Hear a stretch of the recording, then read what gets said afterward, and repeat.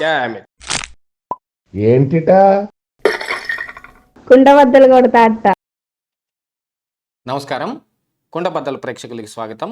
నేను గౌతమ్ కాటా. ఈ వీడియోలో నేను మీతో చెప్పాలనుకునే అంశం జగన్మోహన్ రెడ్డిపై జరిగిన రాళ్ల దాడి కేసులో ఎన్నెన్నో మలుపులు తిరగబోతున్నాయి అనేది బయటకు వస్తున్న సమాచారం.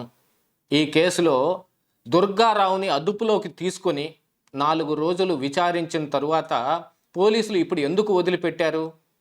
ఇప్పుడే గనక ఎన్నికలు లేకపోయి ఉంటే గనక దుర్గారావు పరిస్థితి ఏమిటి? అసలు దుర్గారావు తరపున సలీం హెబియస్ కార్పస్ పిటిషన్ని హైకోర్టులో మూవ్ చేయబోతున్నాడని తెలుసుకునే వదిలేయటం జరిగిందా అనే ఈ ప్రశ్నలన్నిటికీ నేను ఈ వీడియోలో మీకు వివరించబోయే ముందుగా కుండబద్దల ప్రేక్షకులందరికీ నా మనవి, వీడియో నచ్చితే గనుక ఖచ్చితంగా లైక్ చేయండి, మరొక 10 మందికి షేర్ చేయండి.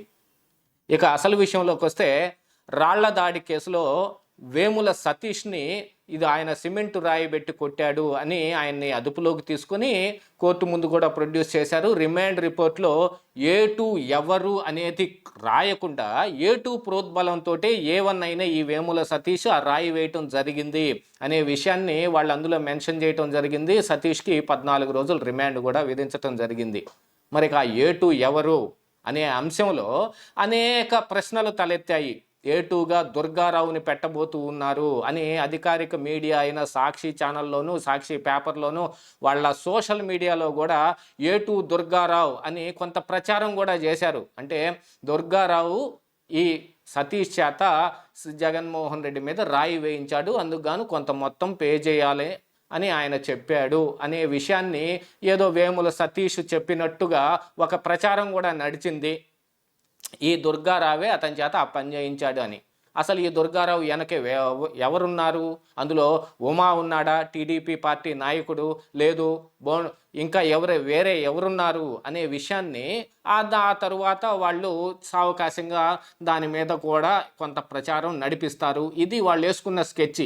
యాక్చువల్గా ఈ స్క్రిప్ట్ మొత్తం ఇంతకు ముందైతే, ఎన్నికలు రాకుండా అంతకు ముందైతే కనుక దాన్ని అలాగనే అమలు చేసేసి ఉండేవాళ్ళు. అసలు ఈ చంద్రబాబు నాయుడుని ఏపీ స్కిల్ డెవలప్మెంట్ కార్పొరేషన్లో జరిగిన ఓ పెద్ద స్కామ్ అని చెప్పి అందులో అరెస్ట్ చేసిన దాంట్లో కూడా ఇంతకంటే పెద్ద డ్రామానే నడిపారు.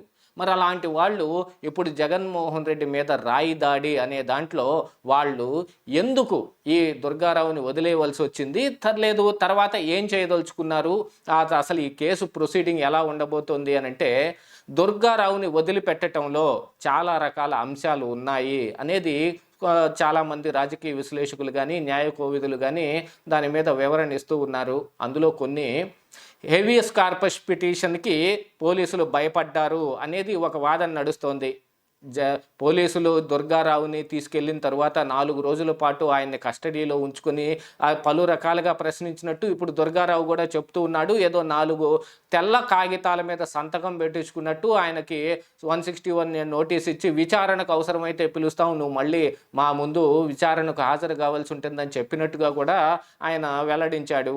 అసలు ఈ హెబియస్ కార్పస్ పిటిషన్ కనుక వేసుంటే పోలీసుల మీద ఎంత అపవాదు వచ్చి ఉండేదో అనే ఒక అంశం మీదనే పోలీసులు ఆయన విడిచిపెట్టడం జరిగింది. అందున ఇప్పుడు ఎన్నికలు జరుగుతున్న తరుణంలో రిపోర్టు చేయవలసింది పై అధికారుల్లో వీళ్లకు, లేదు అధికారంలో ఉన్న జగన్మోహన్ రెడ్డి తాలూకు అధికారులకు అయితే వాళ్ళు ఎంతగా పెద్దగా పట్టించుకునే వాళ్ళు కాదు. కాకపోతే ఇక్కడ ఎన్నికల కమిషన్ చేతిలో ఈ అధికారులు మొత్తం ఉన్నారు. పైన రిపోర్ట్ చేయవలసింది, ఎవ్రీడే రిపోర్ట్ పంపించవలసింది ఆ ఎన్నికల అధికారులకో, వాళ్ళకి ఇన్ఫామ్ చేయాల్సిన అవసరం ఉంది. కాబట్టి ఇందులో ఏం చేయబోతున్నారనే విషయాన్ని వాళ్ళకి ఇన్ఫామ్ చేస్తే మొత్తం రంగంతా బయటకు వస్తుంది.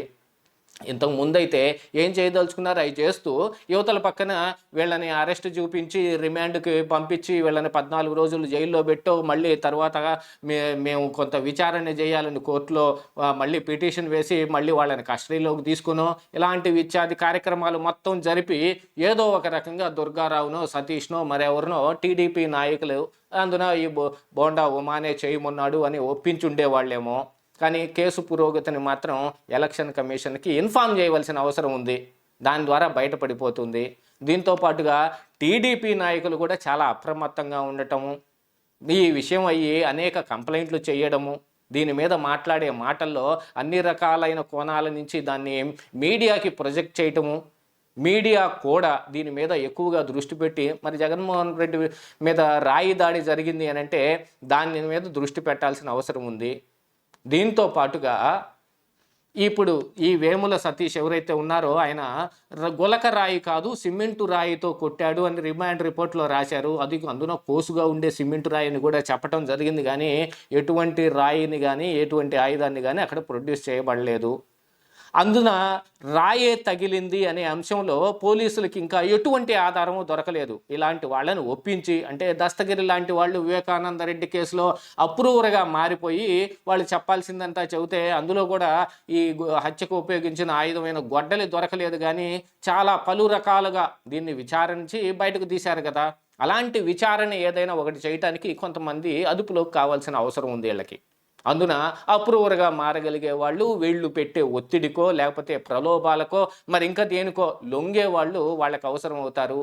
ఎన్నికల సీజన్ కావటం మూలాన గట్టిగా దుర్గారావు కూడా ఒత్తిడికి లొంగకపోవటం కూడా ఇక్కడ ఒక పెద్ద విశేషంగా చెప్పుకుంటూ వస్తున్నారు. 4 రోజుల పాటు ఆయన కస్టడీలో ఉంచుకొని పలు రకాలైన అధికారులు కింది స్థాయి కానిస్టేబుల్ దగ్గర నుంచి పై స్థాయి ఎస్పీ డీజీల దాకా అందరూ విచారించినట్టుగా చెప్పాడు. ప్రతి ఒక్కరూ వచ్చి అదే క్వశ్చన్, ఎందుకు చేశావు ఈ పని అని అడుగుతుంటే నేనేం చేశాను, నేను కాదు చేసింది అని మాత్రం సమాధానం చెప్పినట్టుగా ఆయన చెబుతూ ఉంటే ఎటువంటి దానికి తను లొంగటం లేదు అనే విషయంలో ఒకటైతే, మరొక వైపున హెవియస్ కార్పొరేషన్ పిటిషన్ కనుక అది హైకోర్టులో కనుక పడితే హైకోర్టులో ఈయన్ని ప్రొడ్యూస్ చేయవలసిన అవసరం ఉంది.